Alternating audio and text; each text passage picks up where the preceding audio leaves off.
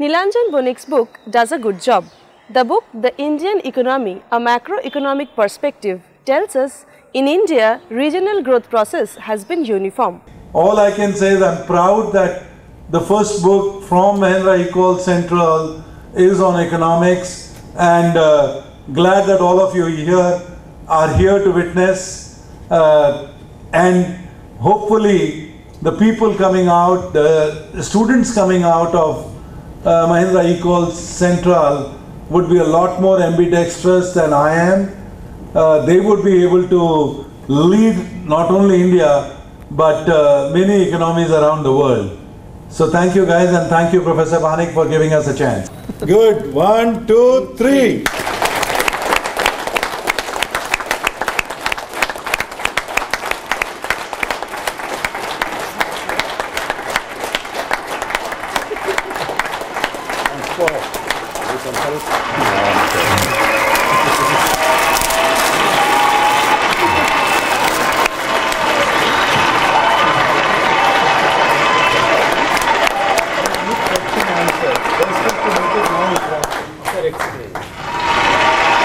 Okay, so one book each. And thank you, Professor Banik. Yeah. And congratulations, guys. And thank you, Sage, for publishing this wonderful book.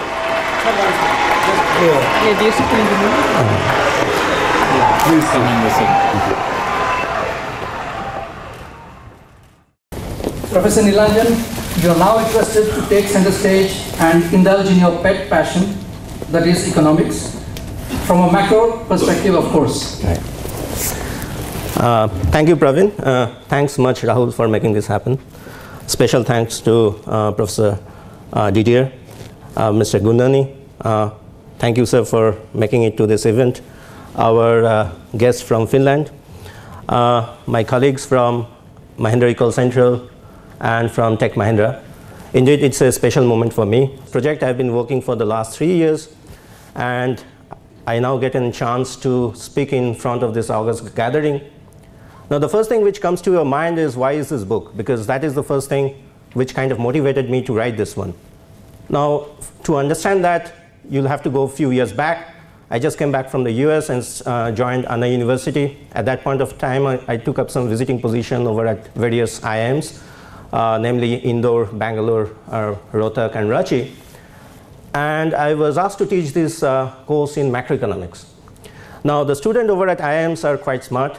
The first thing they ask you that why you are teaching what are so-called theories which you do not see in practice. So I don't blame them, because what has been happening in India, and I'm sure that some of you might be from elite business school, you will see that most of the standard textbook in macroeconomics are written by the Western authors.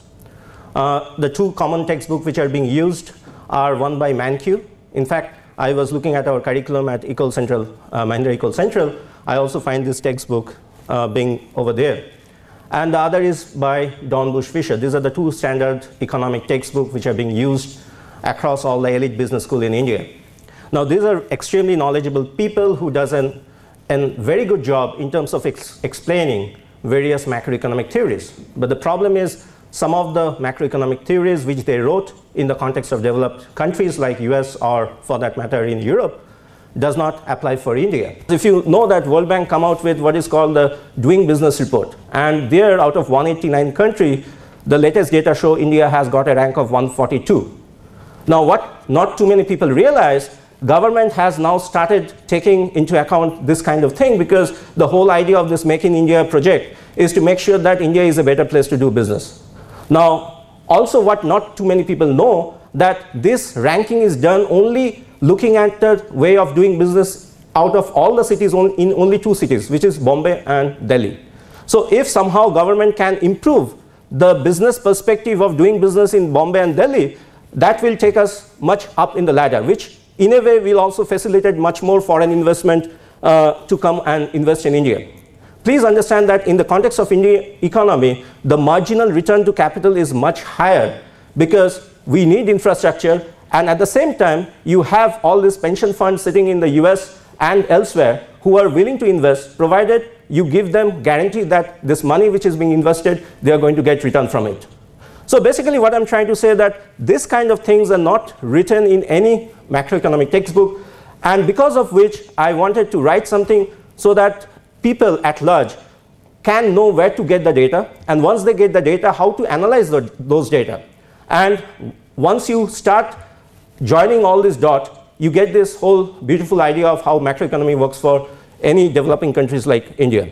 So that has been my effort, and hopefully there will be some takers in addition to the students, and I will look forward for your suggestion. Speaking on the occasion, Managing Director of Tech Mahindra said, "The world around us are changing, India's economy is changing, and hence the skill upgradation in India has to change." The world around us is changing, economies are changing, and Indian skill upgradation has to change. And for that, you need to bring in both the left brain and the right brain people together. It was also very clear is that the demands on the businesses are changing, and the demands are changing because the word digital economy is now becoming prevalent in countries, in nations, in cities, and in private enterprises.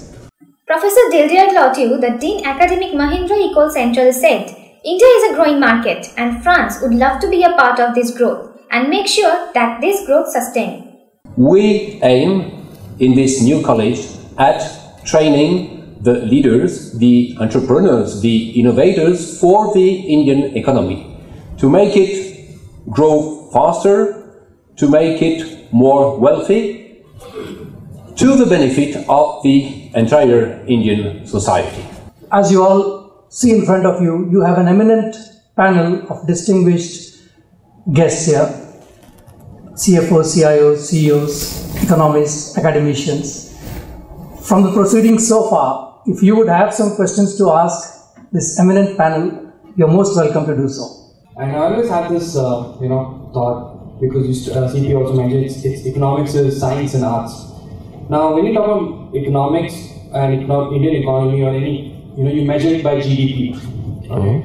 Now, I would want to know, is it a right measurement? Why can't, if it's talking arts, why can't gross happiness product or something instead of gross domestic product be a right measure, or some other? Is there change to be done from GDP to something else to measure growth of an economy? So let me answer it a little differently. If you go to the bank and say that I'm very happy, give me loan, will bank give you a loan? The answer is no. They'll need collateral.